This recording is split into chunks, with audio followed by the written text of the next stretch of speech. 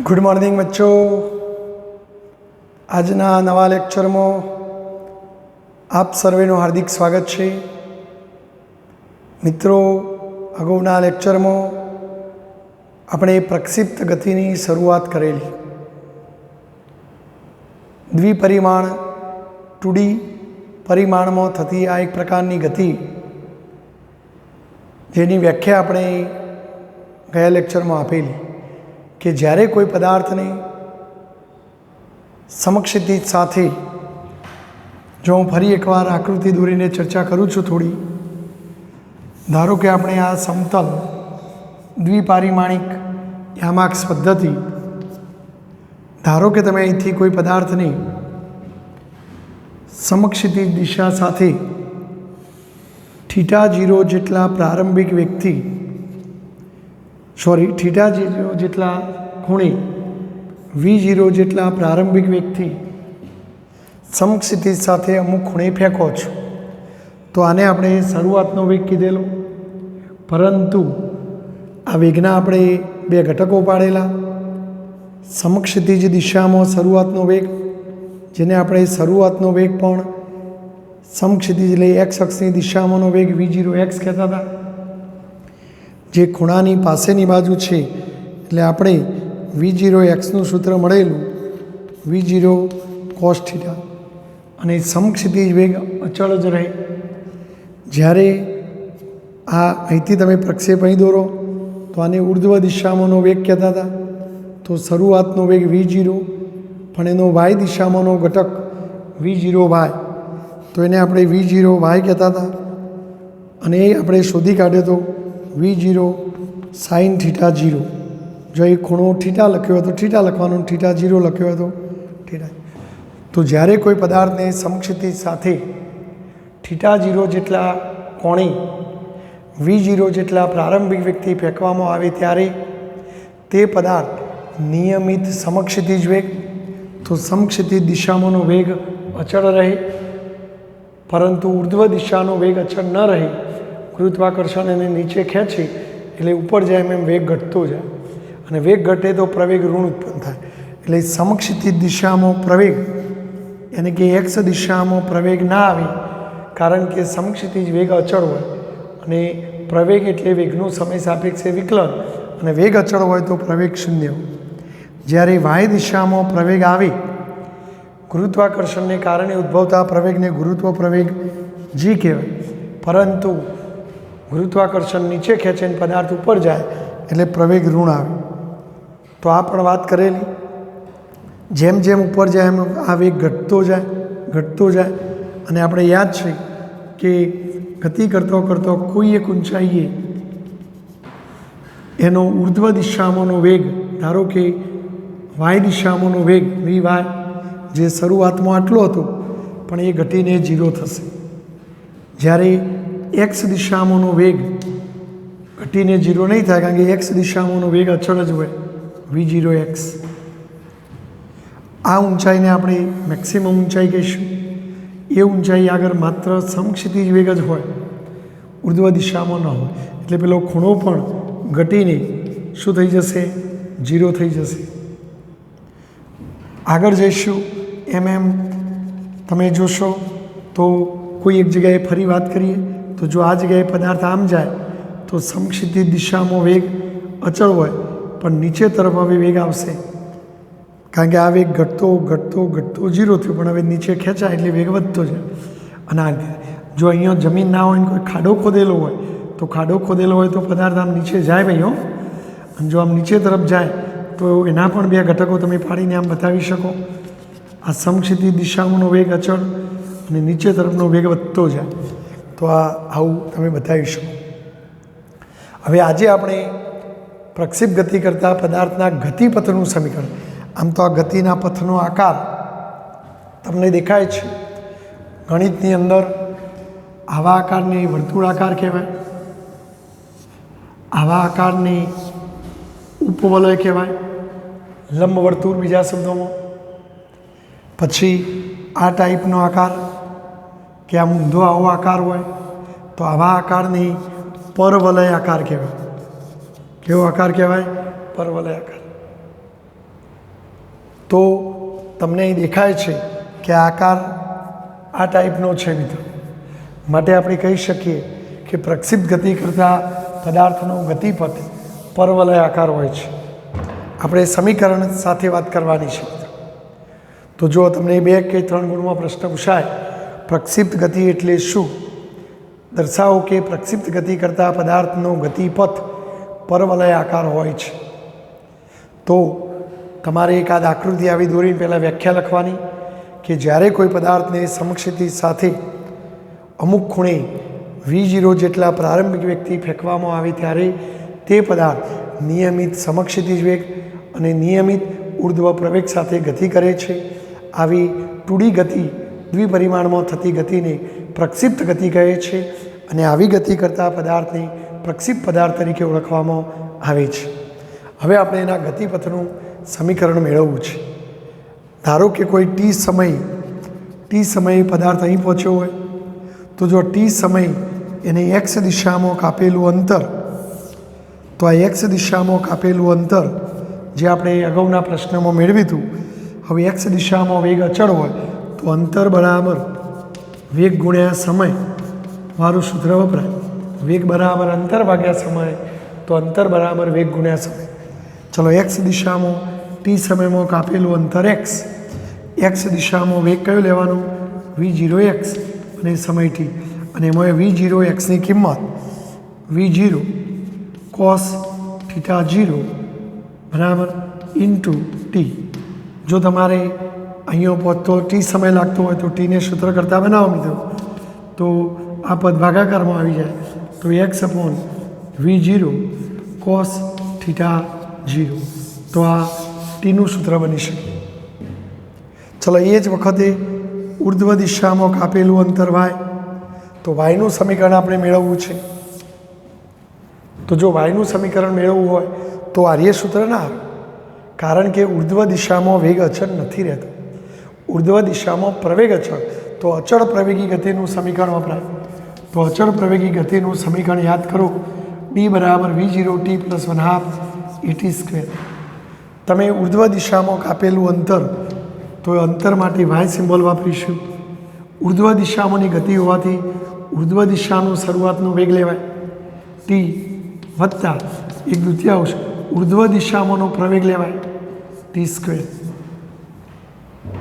જો હવે આપણે કિંમતો મૂકી દઈએ મિત્રો, તો જો ઉર્ધ્વ દિશામાં શરૂઆતનો વેગ v0y બરાબર શું v0 sin θ0, તો જો y બરાબર આની જગ્યાએ v0 sin θ0 થશે. t, તો tની કિંમત પણ આપણી પાસે છે. બોલો tની જગ્યાએ શું લખશો, x/v0 cos θ0 લખીશું વત્તા 1/2 ay, તો ayની જગ્યાએ -g લખીશું, ayની જગ્યાએ -g t², તો આ પદનો વર્ગ, જો t બરાબર આવું છે તો એનો વર્ગ કરો. જો હું ડાયરેક્ટ વર્ગ લખું, x² v0 વર્ગ cos² θ0. જો હવે આ સમીકરણનું થોડું સાદું રૂપ આપીએ મિત્રો, જો આ v0 ઉડી જવાના, અહીં સાઇન ભાગ્યા કોસ એટલે tan થવાનું, tan θ0 ઇન્ટુ આ x વત્તા 1/2 -g/v0² cos² θ0 ઇન્ટુ x². જો કોઈ માઇનસ અહીંયા લખો તો પછી આ પ્લસની જગ્યાએ માઇનસ થઈ. જો અહીંયા મિત્રો θ0 એટલે પેલો શરૂઆતનો ખૂણો, તો એ તો તમે આમ શરૂઆતમાં જે ખૂણે ફેંક્યો એ ફિક્સ કરી દીધો, એટલે θ0 જે અચળ હોય, પછી ગુરુત્વ પ્રવેગ g, તો એ અચળ હોય, અને શરૂઆત તમે કેટલા વેગથી ફેંક્યો એ શરૂઆતનો વેગ છે. પછી વેગ બદલાય પણ શરૂઆતનો વેગ તો અચળ જ હોય. એટલે ટૂંકમાં θ0 v0 અને g આ ત્રણેય પદો અચળ છે. પણ જો આ x અચળ ના હોય, કારણ કે તમારો પદાર્થ અહીં પહોંચ્યો તો x આટલો થાય, અહીં પહોંચ્યો તો x આટલો થાય, અને y બદલાય. અહીં પહોંચ્યો તો x આટલો થાય, y આટલો થાય, અહીં પહોંચ્યો તો એક્સ આટલું થાય, વાય આટલું થાય. ટૂંકમાં એક્સ અને વાય બે બદલાતા પદો છે, બાકીનો અચળ છે. તો ચલો આની જગ્યાએ હું કોઈ અચળાંક ધારી લઉં.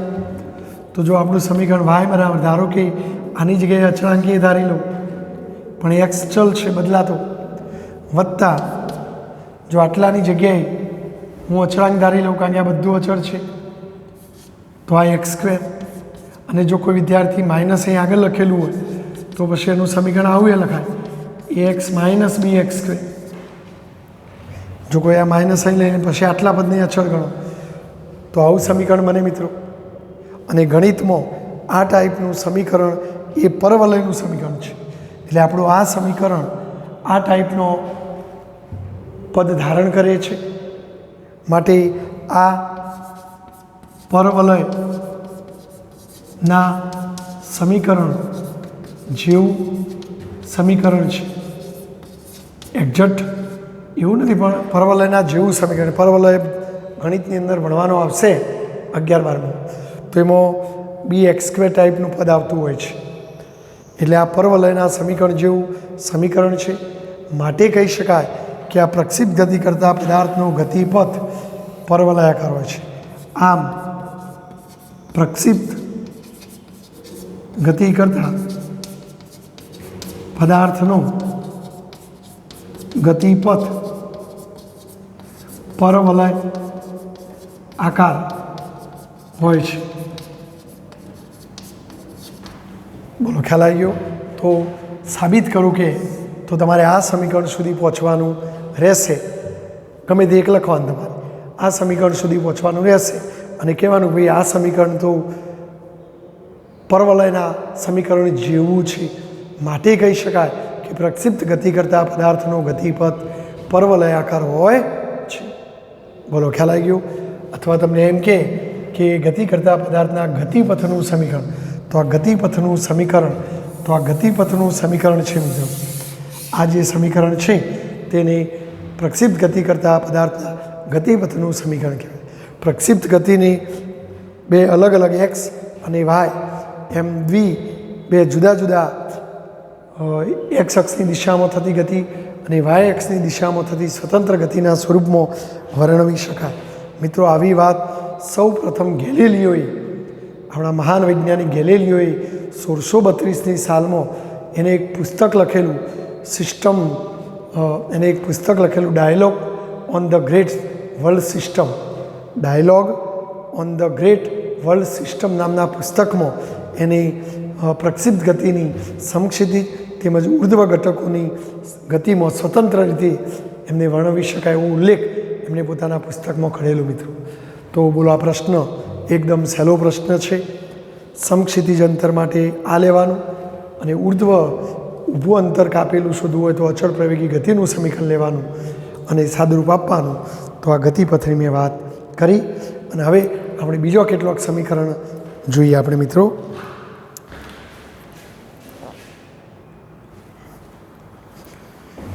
જો વિદ્યાર્થી મિત્રો, પ્રક્ષિપ્ત ગતિનો પ્રશ્ન વેરી મોસ્ટ આઈએમપી છે. ઘણીવાર આખો પ્રશ્ન 5 ગુણમાં પૂછાય, ઘણીવાર આમાંથી 3 ગુણમાં પૂછાય, પણ પૂછાય ખરો જ. અને એટલે દરેક વિદ્યાર્થી આ પ્રશ્ન પાક્કો તૈયાર કરી દેવા. 5 ગુણમાં પૂછાય એટલે વધારે પૂછાય. વ્યાખ્યા પૂછાય, ગતિપથનું સમીકરણ પૂછાય, એ સિવાય બીજું એકાદ સમીકરણ માગ્યું હોય. જોઈએ આપણે આગળ. હવે જો પ્રક્ષિપ્ત ગતિ કરતા પદાર્થ માટે મહત્તમ ઊંચાઈએ પહોંચવા લાગતા સમય, તમે જો કે અહીંથી પદાર્થ નીકળ્યો, ગતિ કરતો કરતો જો આટલો પહોંચ્યો તો જો આટલી ઊંચે પહોંચ્યો કહેવાય. અહીં પહોંચ્યો એટલે ઊંચાઈ વધી, અહીં પહોંચ્યો એટલે ઊંચાઈ વધી, એમ કરતો કરતો આ મહત્તમ ઊંચાઈ થઈ. તો આ મહત્તમ ઊંચાઈએ પહોંચવા લાગતો સમય, પછી રિટર્ન આવે એટલે ઊંચાઈ ઘટવા માંડે. તો આ મહત્તમ ઊંચાઈએ પહોંચવા લાગતો સમય, સમય એટલે ટાઈમ, પણ મહત્તમ ઊંચાઈએ પહોંચવા લાગતો સમય એનું સૂત્ર મેળવો. મહત્તમ ઊંચાઈનું પણ સૂત્ર મેળવો અને ઉડ્ડયન સમયનું સૂત્ર મેળવો. જો આ 3 સૂત્રો આપણે મેળવશે, એકદમ સિમ્પલ પ્રશ્ન છે મિત્રો, એકદમ સહેલો. જો આપણે એ તમને ખબર જ છે કે જો શરૂઆતમાં તમે V0 જેટલા વેગથી ફેંકો તો શરૂઆતમાં એક્સ દિશામાં વેગ V0 એક્સ કહેવાય, વાય દિશામાંનો વેગ આટલો કહેવાય. એટલે શરૂઆતમાં વાય દિશામાં વેગ આટલો હોય, પણ હવે જેમ જેમ ઉપર જાય એમ એમ વેગ ઘટતો જાય. આપણે મહત્તમ ઊંચાઈએ પહોંચવા લાગતા સમયની વાત કરવી છે. તો આપણે ચલો એ ધારી લઈએ સમય, કે ધારો કે મહત્તમ ઊંચાઈએ પહોંચવા લાગતો સમય TM છે, એટલે એ સમયને આપણે TM નામ આપીએ. તો જો હવે પદાર્થ જ્યારે મહત્તમ ઊંચાઈએ પહોંચે મિત્રો, ત્યારે તેનો આ ઉર્ધ્વ દિશામાંનો વેગ ઘટતો ઘટતો ઘટતો શું થઈ જાય? 0. આને આપણે પ્રારંભિક વેગ કહીશું, આ અંતિમ વેગ. તો અહીં જો શરૂઆતમાં વાય દિશામાં વેગ v0 sin θ 0 હતો, પરંતુ એ જ વેગ ઘટતો ઘટતો ઘટતો અહીં પહોંચ્યા મહત્તમ ઊંચાઈએ, તો એનો અંતિમ વેગ વાય દિશામાંનો અંતિમ વેગ 0 થઈ જાય. તો મહત્તમ ઊંચાઈ આગળ વાય દિશામાંનો વેગ 0 થઈ જાય. અને આપણે જાણીએ છીએ કે ઉર્ધ્વ દિશામાંની ગતિ અચળ પ્રવેગી ગતિ હોય, તો આપણે અચળ પ્રવેગી ગતિમાં વેગનો સૂત્રો યાદ કરો, વેગ v બરાબર v0 પ્લસ at. પણ આપણે વાય દિશામાંની ગતિમાં રસ છે, તો વાય દિશામાં અંતિમ વેગ vy, વાય દિશામાં શરૂઆતનો વેગ v0y, વાય દિશામાં પ્રવેગ a હોય. તો જો હવે હું આમાં કિંમત મૂકું મિત્રો, જો TM સમયે vy કેટલો થઈ જાય? 0. અને v0y કેટલો હતો? v0 sin θ 0 હતો, વત્તા બોલો પ્રવેગ તો -g આવે, વાય દિશામાંનો પ્રવેગ -g આવે. સમય TM કહેવાનો છે. હવે જો આ પ્લસ અને માઇનસ એટલે માઇનસ થઈ જાય, એ માઇનસવાળું પદ બરાબરની આ બાદ લાવો, તો જો પ્લસ થઈ જશે, GTM બરાબર v0 sin θ 0. આપણે TMને સૂત્ર કરતાં બનાવો તો g ભાગાકારમાં જાય, તો TM બરાબર v0 sin θ 0 અપોન g. તો આ મહત્તમ ઊંચાઈએ પહોંચવા લાગતા સમયનું સૂત્ર છે મિત્રો. કેટલું સિમ્પલ. તો મહત્તમ ઊંચાઈએ પહોંચવા લાગતા સમયનું સૂત્ર. તમને કોઈ OMR પૂછાય મિત્રો કે ભાઈ કોઈ પદાર્થને સમક્ષિતિજ સાથે 30 ડિગ્રીના ખૂણે ફેંકવામાં આવે છે,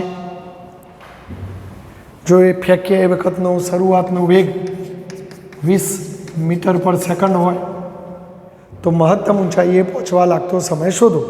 ગુરુત્વ પ્રવેગ g 9.8, યાની કે એપ્રોક્સિમેટલી 10 લો. તો તરત તમે આ સૂત્રનો લાભ લઈ શકો કે ભાઈ TM બરાબર બોલો v0 20 sin θ 0 30 અને ગુરુત્વ પ્રવેગ g 10. હવે બોલો sin 30, જો 10 દુ 20 થઈ જવાનું, અને sin 30 એટલે 1/2, બગડો જતો તો 1 સેકન્ડ. તો એ સંજોગોમાં મહત્તમ ઊંચાઈએ પહોંચવા લાગતો સમય 1 સેકન્ડ હોય. તો આવું કોઈ OMR પૂછાય તો આવડવું જોઈએ. બરાબર મિત્રો. જો તમે એક્ઝેટ આમ ફેંકો, જો એક્ઝેટ તમે જમીન સાથે આમ ફેંક્યો તો ખૂણો આટલો થયો, આમ ફેંકો તો ખૂણો આટલો થાય, અને જો આમ ફેંકો તો આ ખૂણો 90 થાય. એટલે જો એકદમ આમ ઉર્ધ્વ દિશામાં ફેંકવામાં આવે તો તમારે ખૂણો કેટલો લઈ લેવાનો? 90. તો શિરોલંબ દિશામાં ફેંકેલા પદાર્થ માટે મહત્તમ ઊંચાઈએ પહોંચવા લાગતો સમય શિરોલંબ, જો તમે શિરોલંબ દિશામાં પદાર્થને ફેંકો તો મહત્તમ ઊંચાઈએ પહોંચવા લાગતો સમય કેટલો? તો તમારે ખૂણો 90 લઈ લેવાનો. તો એ 90 મૂકો, sin 90, બોલો sin 90 1, તો 1 ગુણ્યા આટલું, એટલે એ સંજોગોમાં મહત્તમ ઊંચાઈએ પહોંચવા લાગતા સમયનું સૂત્ર માત્ર v0/g થાય, કારણ કે 90 મૂકો એટલે sin 91, એટલે v0/g થાય. બરાબર. ટૂંકમાં ખૂણો બદલાય એમ જવાબ બદલાય. તો આ મહત્તમ ઊંચાઈએ પહોંચવા લાગતા સમયનું સૂત્ર આવી ગયું. ચલો હવે મહત્તમ ઊંચાઈનું સૂત્ર મેળવું, અથવા ઉપર એક કામ કરીએ, પહેલાં આપણે સમયની જ વાતો ચાલે છે તો ઉડ્ડયન સમયનું સૂત્ર મેળવીએ. ઉડ્ડયન સમય, જેને ફ્લાઇટ ટાઈમ કહેવાય. ફ્લાઇટ એટલે જેમ વિમાન ઉડે, ફ્લાઇટ કરવું એટલે ઉડવું. જો અહીંથી પદાર્થ નીકળ્યો અહીં જમીન ઉપર હતો પણ તમે ફેંક્યો એટલે હવામાં ઉડ્યો ઉડ્યો ઉડ્યો ઉડ્યો અહીં પહોંચ્યો તો આ જગ્યાએ પહોંચ્યો તો કેટલો સમય લાગ્યો ભાઈ? મહત્તમ ઊંચાઈએ પહોંચવા લાગતા સમય જેટલો. પછી પાછો ઉડતો ઉડતો ઉડતો અહીં આવ્યો તો આટલા સમયગાળા દરમિયાન એ હવામાં ઉડતો રહ્યો તો એ ઉડવા માટે લાગતા સમયને ઉડ્ડયન સમય કહેવાય, ફ્લાઇટ ટાઈમ કહેવાય. પણ તમે જુઓ મિત્રો, અહીંથી ઉડ્યો, અહીં પહોંચ્યો એટલે સ્થાનાંતર આટલું થયું, અહીં પહોંચ્યો એટલે સ્થાનાંતર વધ્યું, અહીં પહોંચ્યો એટલે સ્થાનાંતર વધ્યું, અને જ્યારે અહીં જમીન ઉપર આવીને પડ્યો તો સ્થાનાંતર 0. ઉર્ધ્વ દિશામાંનું સ્થાનાંતર 0 થઈ ગયું. તો એનો મતલબ કે સ્થાનાંતર જ્યારે ફરી 0 થાય એટલા સમયગાળા દરમિયાન એ ઉડ્યો કહેવાય. તો ઉડ્ડયન સમય, જેને આપણે ફ્લાઇટ સમય કહીશું, તો ટી બરાબર ટીએફ જેટલો સમય જો લઈએ તો પેલા વાયનું મૂલ્ય 0 લેવું જોઈએ, કારણ કે ઉડ્ડયન સમય જેટલા સમયગાળા દરમિયાન એ જમીન ઉપર આવી જવાનો પાછો. તો હવે આપણે જો આ ઉપર જઈને નીચે આવ્યું તો ઉર્ધ્વ ગતિનું સમીકરણ વપરાય. તો સ્થાનાંતરનું સૂત્ર ઉર્ધ્વ ગતિમાં યાદ કરું, ડી બરાબર v0 t + 1/2 at².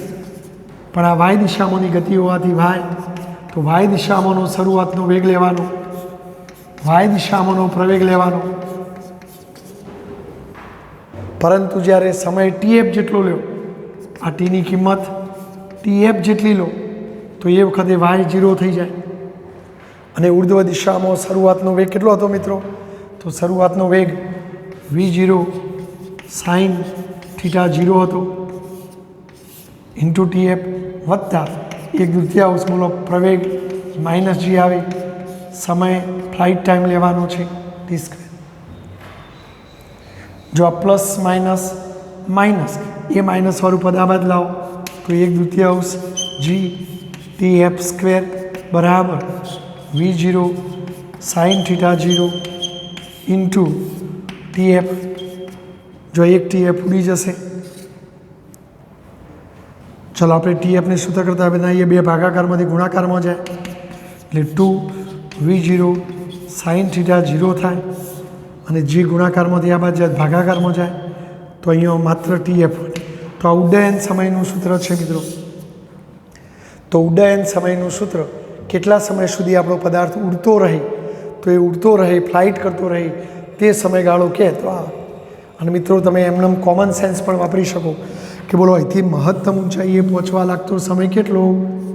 ટીએમ. જો અહીંથી અહીં પહોંચવા લાગતો સમય ટીએમ હોય તો પછી પાછો અહીંથી અહીં આવવા લાગતો સમય પણ ટીએમ જ હોય ને, કારણ કે જમીન ઉપરથી મહત્તમ ઊંચાઈએ પહોંચવા લાગતો સમય જો ટીએમ, તો મહત્તમ ઊંચાઈએથી જમીન ઉપર આવવા પણ એટલો જ સમય લાગે. તો પછી બોલો આ કુલ ઉડવા માટેનો સમય ટીએમ 2 એટલે અથવા તમે પણ આવું પણ કહી શકો કે ઉડ્ડયન સમય ટીએફ એ ટીએમ વત્તા ટીએમ, દેટ મીન્સ 2 અને ટીએમનું સૂત્ર તમે સાબિત કર્યું હતું, આ રહ્યું મૂકી દો તો v0 sin θ0 અપોન g.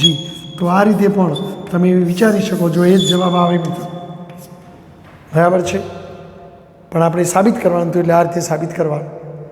આ આપણે થોડી કોમન સેન્સથી વાત કરી કે જમીન ઉપરથી મહત્તમ ઊંચાઈએ પહોંચવા જેટલો સમય લાગે તો મહત્તમ ઊંચાઈએથી જમીન ઉપર પહોંચવા પણ એટલો જ સમય લાગે. તો કુલ ઉડવા માટેનો સમય ટીએમ વત્તા ટીએમ 2 થાય, એટલે આના કરતો ડબલ થઈ જાય. તો આ ઉડ્ડયન સમયનું સૂત્ર. એટલે કોઈ એક્ઝામ્પલમાં ઉડ્ડયન સમય કહે તો તમારે આ રીતે શોધવાનો રહેશે. કિંમતો મૂકી દેવાની, v0 આપેલો હોય, ખૂણો આપેલો હોય, ગુરુત્વ પ્રવેગ આપેલો હોય, ના આપેલો હોય તો 9.8, અને જો ગણતરી સહેલી બનાવવાની હોય તો 10 આપેલું હોય તો તમારે સાદુરૂપ આપવાનું મિત્રો. હવે જો આપણે આ સૂત્ર સાબિત કરીએ મહત્તમ ઊંચાઈ, તો જો આ મહત્તમ ઊંચાઈનું સૂત્ર આપણે મેળવીએ મિત્રો, જો આનો સ્ક્રીનશોટ તમારે લઈ લેવાનો મિત્રો, બરાબર. મેં તમને કીધું કે ના કીધું હોય પણ તમારે સ્ક્રીનશોટ તો તરત જ લઈ લેવાનો રહેશે, બરાબર. જો ડી બરાબર v0 t, પણ આ વાય દિશામાંનું સ્થાનાંતર +1/2 at² પરથી જ્યારે ઉડે સમય ટી બરાબર ટીએફ ત્યારે સ્થાનાંતર વાય 0 થઈ જાય, બરાબર. તો ચલો આ તમે સ્ક્રીનશોટ લઈ લેશો એટલે આ બંને સૂત્રો તમને મેળવતો આવડી જશે. તૈયાર પણ થઈ જવો જોઈએ મિત્રો. બરાબર. ચલો હવે આપણે આગળ વધીએ મિત્રો. મહત્તમ ઊંચાઈનું સૂત્ર જો એ પણ હું બે રીતે સાબિત કરી શકું મિત્રો. ધારો કે આપણે મહત્તમ ઊંચાઈને એચ કહીએ અથવા આપણી ચોપડીમાં એચ મેક્સિમમ સ્મોલ એચ લખ્યો છે અને બાજુમાં એમ લખ્યું છે. ઘણી હેતુલક્ષીની ચોપડીમાં કેપિટલ એચ લખેલો હોય. તો જોઈએ હવે આપણે શોધી કાઢીએ. તો જો પદાર્થ જ્યારે અહીંથી નીકળ્યો ત્યારે એનો શરૂઆતનો ઉર્ધ્વ દિશામાંનો વેગ આટલો હતો. પછી એ વેગ ઘટતો ગયો ઘટતો ગયો ઘટતો ગયો. મહત્તમ ઊંચાઈએ વેગ 0 થઈ જાય. અને બોલો મહત્તમ ઊંચાઈએ પહોંચવા લાગતો સમય TM થાય. પણ એ દરમિયાન એની ઉર્ધ્વ દિશામાં આટલું અંતર કાપ્યું. તો આપણે ઉર્ધ્વ દિશામાં કાપેલા અંતર વાયની જગ્યાએ એચ લઈશું. તો જો આપણે ઉર્ધ્વ દિશામાં અચળ પ્રવેગી ગતિનું જ સમીકરણ વપરાય v0t + 1/2 at². ચલો ઉર્ધ્વ દિશામાં કાપેલું અંતર વાય v0ની જગ્યાએ v0y t વત્તા 1/2 એની જગ્યાએ a y t. પણ જો તમે મહત્તમ ઊંચાઈનું સૂત્ર મેળવવા માગો છો તો મહત્તમ ઊંચાઈએ સમય કેટલો લેવાનો TM. તો આપણે આ સમયની જગ્યાએ TM લઈશું મિત્રો. પણ મહત્તમ ઊંચાઈએ પહોંચ્યો તો અંતર કેટલું કાપ્યું h. તો વાયની જગ્યાએ હું h લઈશ. v0y તો શરૂઆતનો વેગ કેટલો હતો v0 sin θ0. તો જો એ લઈશું અહીં v0 sin θ0 વત્તા 1/2 બોલો એ વાયની કિંમત -g. અને મહત્તમ ઊંચાઈએ પહોંચ્યો તો સમય TM. તો આવું પણ સૂત્ર વાપરી શકાય અંતરવાળું. જો હવે TMની કિંમત છે મારી પાસે એ પણ મૂકી દઉં. આ TMની કિંમત તો જો h બરાબર v0 sin θ0 તો એમના એમ જ. અને બોલો TMની કિંમત કઈ v0 sin θ0/g. v0 sin θ0/g. ચલો વત્તા પણ જો વત્તા ઓછા 1/2 g TMનો વર્ગ. તો જો TMનો વર્ગ આનો વર્ગ જ કરી દઉં સીધો. v0નો વર્ગ આનો વર્ગ. તો v0² sin² θ0/g². જો થોડું સાદુરૂપ આપીએ મિત્રો. જો આ v0 ગુણ્યા v0 એટલે v0² sin θ0 ગુણ્યા sin θ0 તો sin² θ0/g. જો આ માઇનસ જો આ 1g ઉડી જવાનું તો 1/2 v0² sin² θ0 1g વધવાનું. જો આમાં v0² sin² θ0/g સામાન્ય નીકળે તો આખું નીકળી જાય તો અહીં 1 વધારો અહીં 1/2. હવે એકમાંથી અડધો જાય તો અડધો એટલે 1/2. એટલે જો અછેદમાં બગડો આવવાનો અને આ ઉપર આવું જ રહેવાનું v0² sin² θ0. તો આ મહત્તમ ઊંચાઈનું સૂત્ર છે મિત્રો. તો જો મહત્તમ ઊંચાઈનું સૂત્ર h બરાબર v0² sin² θ0/2g. બોલો ખ્યાલ આવી ગયો. તો આ મહત્તમ ઊંચાઈનું સૂત્ર. આ મહત્તમ ઊંચાઈએ પહોંચવા લાગતા સમયનું સૂત્ર. આ મહત્તમ ઊંચાઈનું સૂત્ર. તો ચલો સ્ક્રીનશોટ લઈ લો. જો આપણે બીજી રીતે પણ મેળવી શકીએ મિત્રો. તમે અચળ પ્રવેગી ગતિનું આ સમીકરણ ન વાપરો અને જો પેલું તમે વાપરો દાખલા તરીકે ચલો હું આ સૂત્ર વાપરું v² - v0² બરાબર 2ad. પણ જો આ ઉર્ધ્વ દિશામાંની ગતિ છે તો ઉર્ધ્વ દિશામાંનો અંતિમ વેગ, ઉર્ધ્વ દિશામાંનો પ્રારંભિક વેગ, ઉર્ધ્વ દિશામાંનો પ્રવેગ અને અંતર. ચલો હવે જ્યારે મહત્તમ ઊંચાઈનું સૂત્ર મેળવવું હોય તો મહત્તમ ઊંચાઈએ અંતર કેટલું લેવાનું h. મહત્તમ ઊંચાઈએ ઉર્ધ્વ દિશામાંનો વેગ કેટલો લેવાનો 0. તો જો આ ઉર્ધ્વ દિશામાંનો વેગ 0. ચલો શરૂઆતનો વેગ કયો હતો v0 sin θ0 હતો પણ એનો વર્ગ 2 એ ayની જગ્યાએ -g અને અંતર h માટે જો 0નો વર્ગ તો 0 આ માઇનસ ઓનો વર્ગનો ઓનો વર્ગ તો v0² sin² θ0 આ માઇનસ આગળ આવી જાય 2gh. જો આ માઇનસ ઉડી જાય એટલે બરાબર પ્લસ થઈ જાય. 2g નીચે લાવી દો તો h બરાબર v0 square sine square theta 0 upon 2g. તો આ મહત્તમ ઊંચાઈનું સૂત્ર બોલો. એ જ આવી કે નહીં મિત્રો? તો આ સહેલું પડે મિત્રો, પણ આપણી ચોપડીમાં પેલી રીતે બતાવ્યું છે, પણ મેં તમને બંને રીતે બતાવ્યું. તો આમ તમને ઘણીવાર પ્રશ્ન આવો એ પૂછાય, પ્રક્ષિપ્ત ગતિ એટલે શું? તેની વ્યાખ્યા લખી. પ્રક્ષિપ્ત ગતિ કરતા પદાર્થ માટે મહત્તમ ઊંચાઈએ પહોંચવા લાગતા સમયનું સૂત્ર તેમજ મહત્તમ ઊંચાઈનું સૂત્ર મેળવો તો એટલું મેળવવાનું. ઉડ્ડયન સમયનું સૂત્ર કહેતો એ મેળવવાનું. ગતિપથનું સમીકરણ કહેતો હમણાં આગળના પ્રશ્નમાં મેળવ્યું એ મેળવવાનું. બરાબર. સમક્ષિતિજ અંતરનું સૂત્ર કહે તો વેગ બરાબર અંતર ભાગ્યા સમય, તો અંતર બરાબર વેગ ગુણ્યા સમય લેવાનું. કારણ કે સમક્ષિતિજ દિશામાં વેગ અચળ હોય તો અચળ પ્રવેગી ગતિનો સમીકરણ ન વપરાય. બોલો ઓકે? તો આ રીતે આ બધા સૂત્રો મેળવો અને આ સૂત્રો યાદ પણ રાખવાનો છે, કારણ કે ઘણા બધા દાખલાઓમાં આનો આપણે લાભ લેવાનો છે.